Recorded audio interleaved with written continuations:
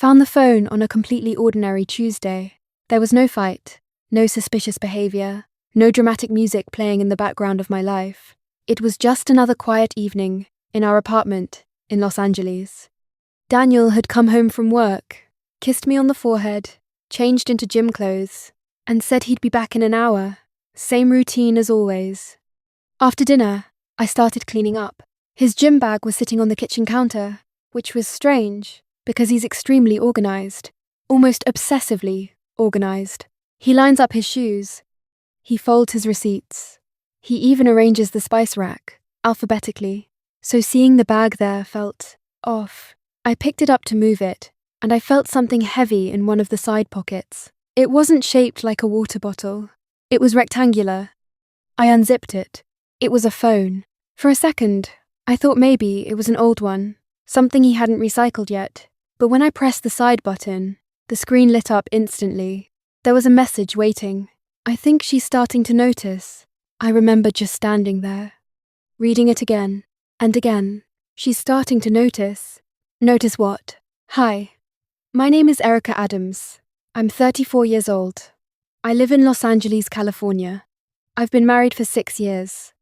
And until that moment, I thought I understood my life. Daniel and I met at what I believed was a mutual friend's party. We dated for 2 years. He proposed during a weekend trip to Napa.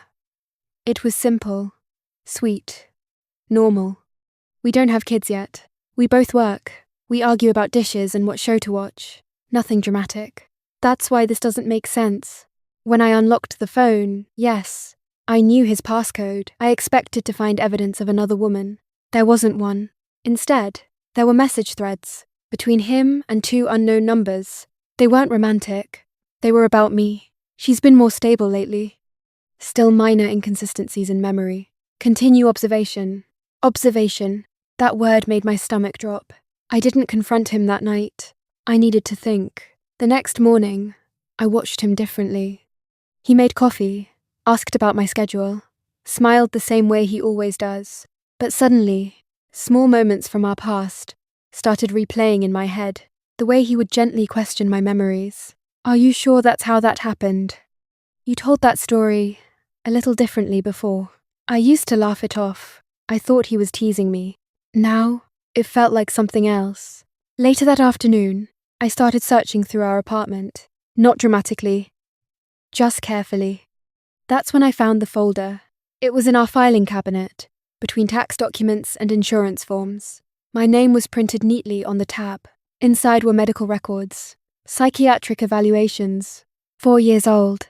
They mentioned dissociative episodes, memory gaps, emotional instability following trauma. I just stared at the word trauma. What trauma? 4 years ago, I remember living in San Diego. I remember my apartment near the beach. I remember working at a marketing firm.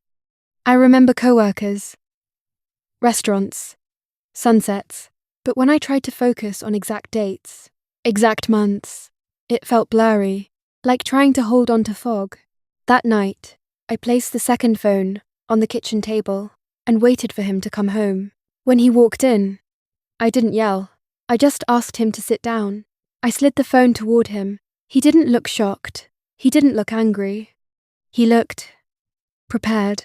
Then, he asked me something strange. Erica, what's the last thing you clearly remember before we met? I told him about the party. He shook his head, gently. No, before that. And I tried. I really tried.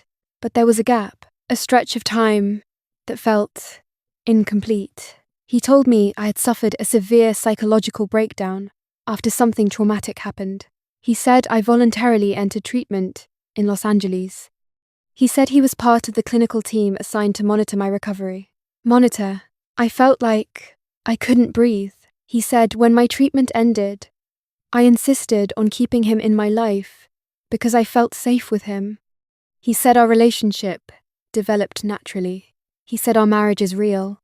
But he admitted he continued to observe my stability over the years. Just in case, like I'm fragile glass.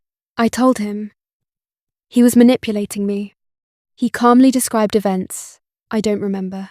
A panic attack in a grocery store where I forgot my last name, calling him at 3 a.m.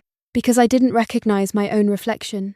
He described these moments with such detail that part of me wondered, how could he fake that?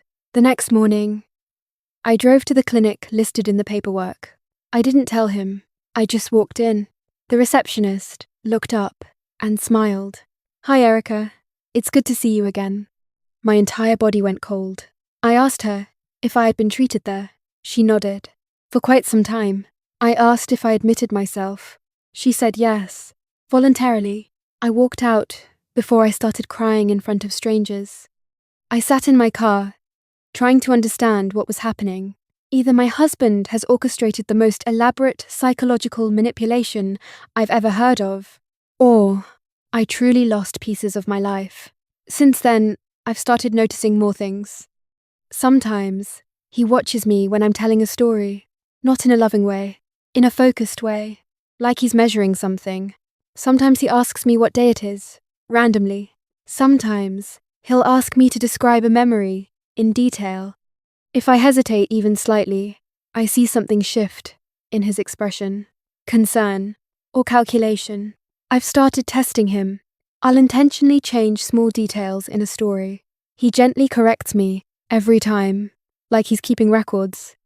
I look through old photo albums. There are pictures of me in places I don't remember visiting. There's one photo of me sitting in what looks like a therapy office. I'm smiling, but my eyes look distant, empty. I reached out to an old friend from San Diego. She told me we stopped talking earlier than I remember. She said I became withdrawn, different. She said when she visited Los Angeles once, I didn't seem like myself. I don't remember that visit at all. That's what scares me the most. If he's lying, he's incredibly skilled. But if he's telling the truth, then I don't fully know who I am. Last night, I checked the second phone again. There was a new message. If she continues questioning the structure, we may need to intervene. Intervene. I don't know what that means. Therapy? Medication? Separation? Or something worse? Sometimes, when Daniel hugs me, I feel safe, warm, loved. Other times, I feel like I'm inside a controlled environment, like every reaction I have is being observed, documented. I don't know which version of him is real, my husband or my supervisor, and I don't know which version of me is real either, the stable wife or the fragile patient rebuilding her identity. My name is Erica Adams. I'm 34 years old. I live in Los Angeles, and I don't know if my marriage was built on love or long-term observation. And honestly, I'm terrified to find out which one is true.